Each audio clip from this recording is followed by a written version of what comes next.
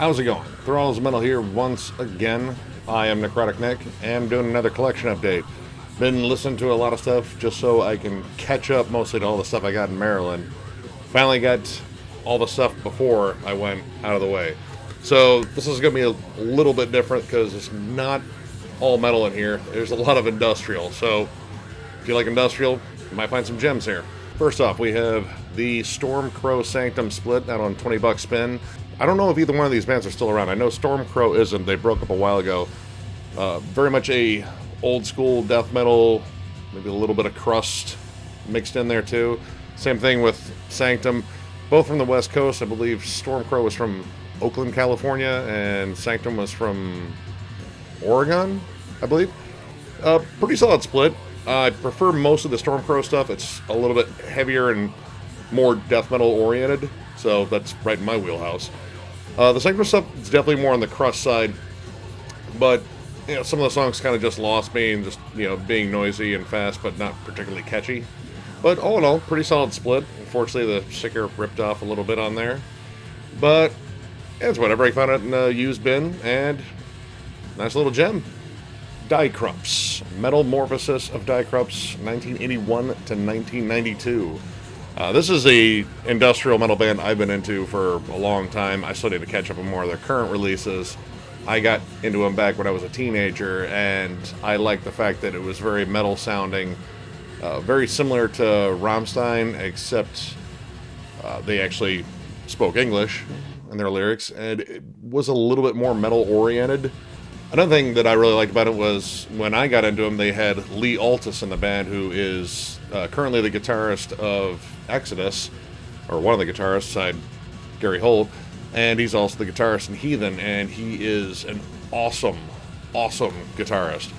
Lots of neoclassical stuff. Now this stuff was a little more riff rock oriented, but he still squeezed in some really tasteful leads here and there, but I like the fact that these guys were a more metal oriented industrial band. You still had all the token samples, drum machines, and it still sounds fiercely German as fuck. But there is a metal element to them I really like. That this is mostly a lot of remixes and like it's pretty much just like an anthology compilation stuff. But it's really good, and it's kind of a good window into the band if you've never actually jammed them before. Not a bad listen. I would say Rings of Steel is also a good compilation if you want to check out more stuff by them. But yeah, fun band. Definitely check them out. Dub Trio, The Shape of Dub to Come. This is their most recent release, and I like about half of it. This came out on New Damage Records. Features some interesting guests on it.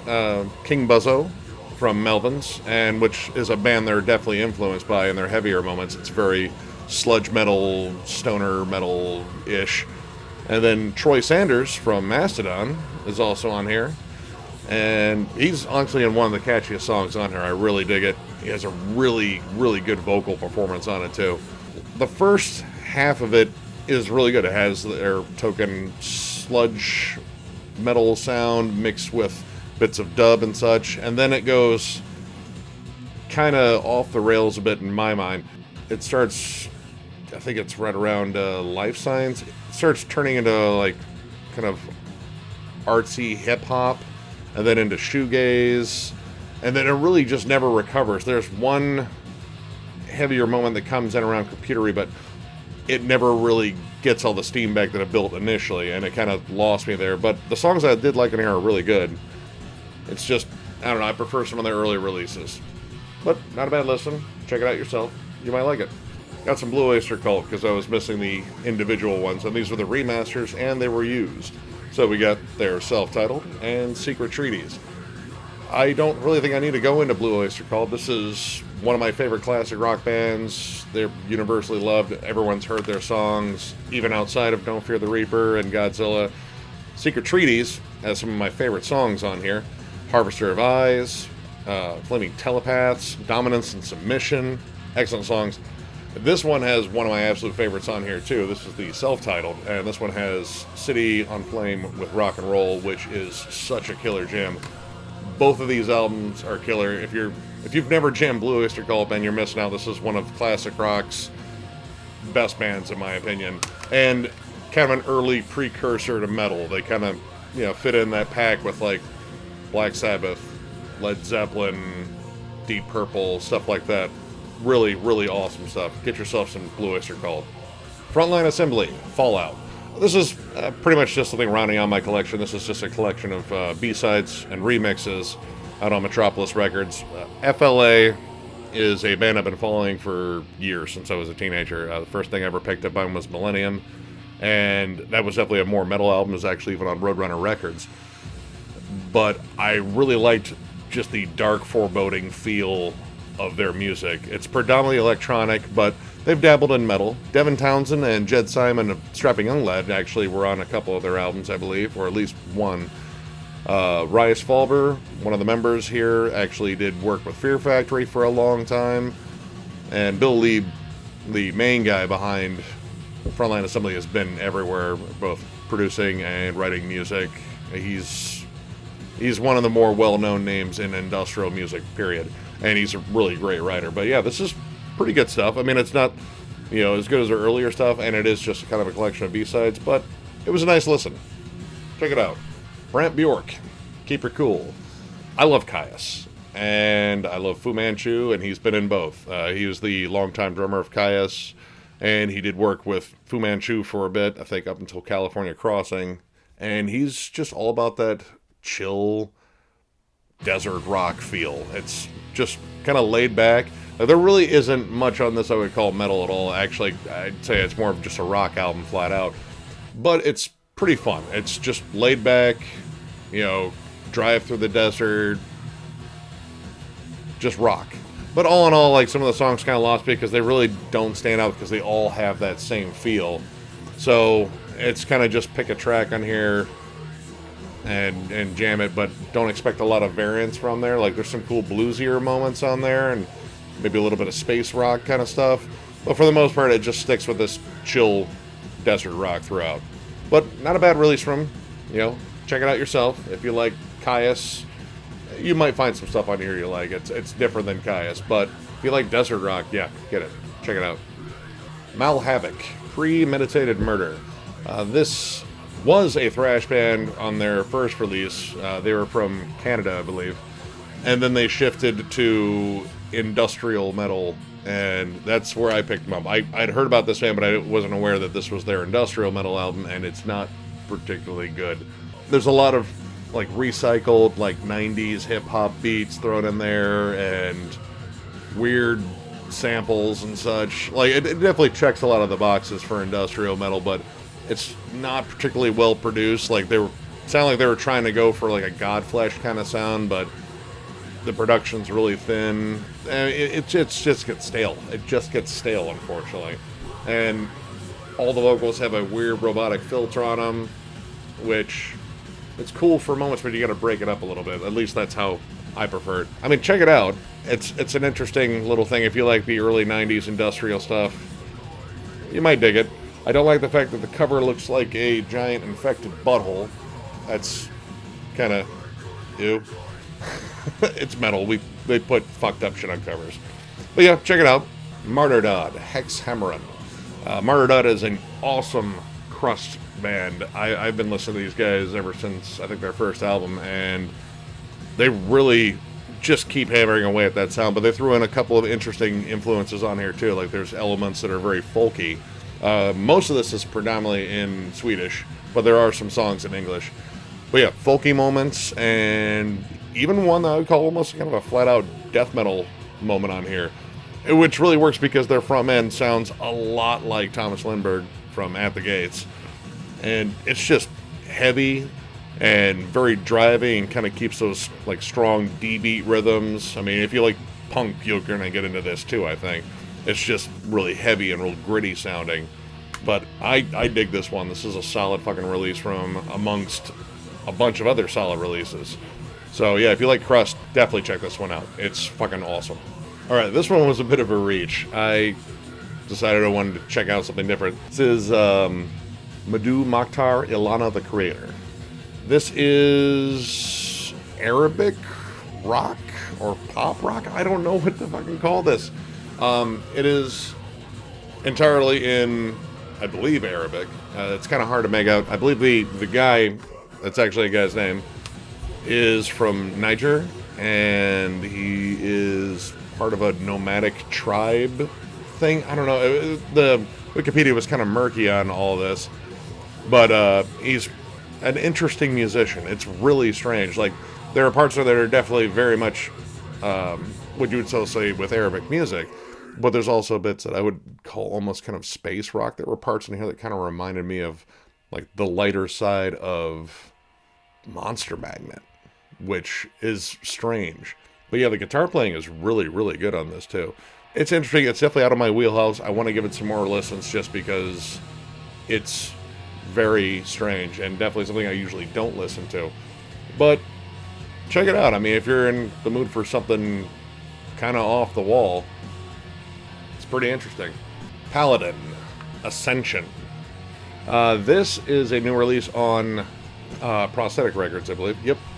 And initially, I didn't like it from the first track. It kind of reminded me of Dragon Force, and I'm not a Dragon Force fan. You know, entirely all power metal vocals. It had a fast double bass, you know, up-tempo rhythm that you'd hear in every Dragon Force song. And then it shifts with the next track and includes some harsher vocals, and the balance between the two are really good because the guy's a solid singer. I may not be totally into his voice because it's that very over-the-top power metal delivery, but the harsher growls kind of reminded me more of Skeleton Witch, which I really dig. He actually reminds me a lot of Chance Garrett's voice. It just rips, like, fast-paced, very thrashy. Kind of reminds you of a mix between like early Metallica, Flotsam and Jetsam, touches of Iron Maiden, and then some more modern thrash in there too. I believe the frontman of this used to be a live member of the band Arsis, which is an awesome melodic death metal band that's been around for fucking forever now. This is a pretty solid release. Like, if it didn't get me right from the start though, which kind of bothers me because the first track features all power metal vocals, which is kind of misleading when you listen to the rest of it. But all in all, I thoroughly enjoyed every track after that. The first one, I'll say if I went back, I might not dislike it as much now that I've heard the entire album. But it was just kind of misleading from the get-go because the rest of the album, it's a pretty good balance between the two vocal styles. There's a couple ones that maybe lean more towards the power metal vocal again, but the writing on it is less kitschy, I think. Less Dragon Force-y, in my opinion. Sorry if I'm dogging that band too much, I'm just not a fan. But yeah, dude, definitely check this out. I mean, if you like thrash metal, speed metal, even some retro, like traditional metal, it's a pretty good release. 16 Volt, Wisdom. This is another industrial band I got into when I was in my teens. And this is their first release, and you can definitely tell it's a little rough around the edges. I would say it's more rock-oriented, but very still on the industrial spectrum, like drum machines, samples, and such. But the guitar tone definitely has more of a kind of a grungy rock feel. And there's some metal-ish moments on there. Mostly due to, I think, the vocalist has this real raspy, kind of dry vocal style, and it sounds very distorted, too. But, I mean, for a first effort, it was alright. I prefer their later stuff. Like, this was the one... I have the one that's the follow-up called Skin, which I really liked at the time. Going back, it's a little dated now, but I think it's still pretty good. This one's a little bit rougher around the edges, but not a bad listen. So if you like early 90s industrial, once again, check it out. Tomb Mold, the Bottomless, Perdition, and the Moulting. This is a reissue that came out, I believe, on Blood Harvest. And this pretty much completes most of what I was trying to get for Tomb Mold, at least on CD. You could definitely tell this is their earlier stuff. It has a more demo-like quality in terms of the production. And it's not as full, too. Unlike Manner of Infinite Forms, especially, like, it has a very full sound. You can make out every instrument, and it all really blends together really well. This one, like, the guitars are really crispy on this and real out front. And the bass is kind of there, kind of not. The vocals have more of a distortion on them. It's less of the dude's natural growl. But the music, once again, is really solid. It's a little bit less technical than their more recent albums, but it is straightforward, just old school death metal. Very fucking groovy. A lot of parts reminded me of Bolt Thrower because I had an awesome Bolt Thrower stomp, and Tomb Mold consistently impresses the shit out of me. and I can't wait for that new release, because we're definitely going to review it. But yeah, this is awesome. I fucking dig it. It's a little bit rougher than their previous albums, like I said, but if you love old school death metal, chances are you would love this. Check it out. More industrial. My Life with the Kill Kult. This is Cooler Than Jesus and A Crime for All Seasons. My Life with the Kill Kult, chances are, if you've watched The Crow or Cool World, you've heard their music. Actually, in The Crow, you've probably seen them. They were the heavier band with, I think the frontman had welder's goggles on. A song called After the Flesh. Fucking absolute banger of a song. I fucking love that. Yeah, they are an interesting band from Chicago. Yeah, they kind of pioneered evil disco. They were part of the whole industrial scene there. But they liked writing more dance music early on, but they wanted to make it evil, and they threw in samples from grindhouse movies and, like, you know, movies about Satan and the occult and shit like that. And it got Christian conservatives up in a fucking uproar about them in the late 80s, early 90s. But yeah, this one is a reissue of their early EP, Cooler Than Jesus. And it has some pretty good stuff on it, a lot of remixes. A lot of the songs kind of blend together, though. You know, they'll just have different vocal melodies and different samples, but they keep mostly to that disco, just kind of upbeat dance rhythm. Pretty interesting stuff, especially if you like cult cinema kind of stuff. They really get into that sort of shit. And then Crime for All Seasons, this one came out in 97, so a little bit later in their career, and it still has those elements from their earlier stuff, but there's more of a punk and occasionally metal sound to it. So this one might be more for the metalheads, not by much though. Like the guitar tone sounds very synth. It might actually be a synth, I think. There's some really cool funkier parts on here too. Like the bass work on some of these songs are really good. And it just keeps with the, you know, the theme pretty much. A lot of just grindhouse fucking cinema and, you know, just trying to poke the bear of good taste occasionally. Good stuff though. Check them out. They're an interesting band. May or may not get into them, but they have a little footnote in pop culture, I guess. Cool name too. Haunt, If Icarus Could Fly. This is a band I need to get into more because I really dug this. This came out on Shadow Kingdom Records, I think last month. It's really good. It's very much traditional heavy metal with some really cool thrashier parts. Excellent guitar work, like tons of cool harmonies, like everything you love about, you know, bands like Iron Maiden, Diamond Head, and shit like that. Really, really solid stuff. Vocals are kind of hit or miss for me. I'm real picky when it comes down to getting those power metal / traditional heavy metal vocals in there. They just have to sound a certain way for me. And the delivery, I think, is a little weak, but the music just makes up for it. Like, you just pretty much start dismissing them even if you don't like them, because they're solid writers. This is really, really good stuff. And I'm sure these guys have got enough buzz about them where I think people are starting to catch on. But yeah, if you haven't heard of Haunt, check them out. They're really good. And then finally, we have two from Pig. This is Praise the Lard, and this is the Swining, Red, Raw, and Sore. This is a combo of two different albums of their earlier stuff. I believe this came out this was reissued in 99. I think the stuff came out a few years earlier. This is Raymond Watts, who is a one-time member of KMFDM. He was on their earlier stuff before departing because he wanted to do his own thing, which was Pig. And it's pretty close to My Life with the Kill Kult. Danceable, kind of evil-sounding electronic music. A little bit more guitar-oriented stuff on here. So you kind of aspire to be a little bit heavier. And it does kind of sound like KMFDM, but it doesn't sound like the bulk of their work. Where KMFDM really embraced the metal side for a while, this was more rock.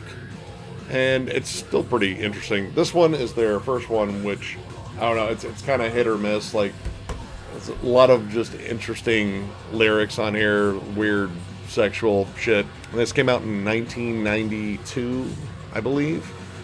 And it sounds like a first effort. He's still trying to find a sound. Like the later stuff, he definitely threw in more elements of different music in here, but this is pretty much a straightforward industrial rock. It's not really metal, I'd say more rock kind of album, but not too bad. And if you're into industrial, once again, check these guys out. You might like them. Alright, well that'll do it for another collection update. Now I can start getting down to all the fucking awesome metal I bought in Maryland. So, if you like this video, give it a thumbs up, and if you're new to the channel, sub. We do shit like this all the time. Catch you guys later.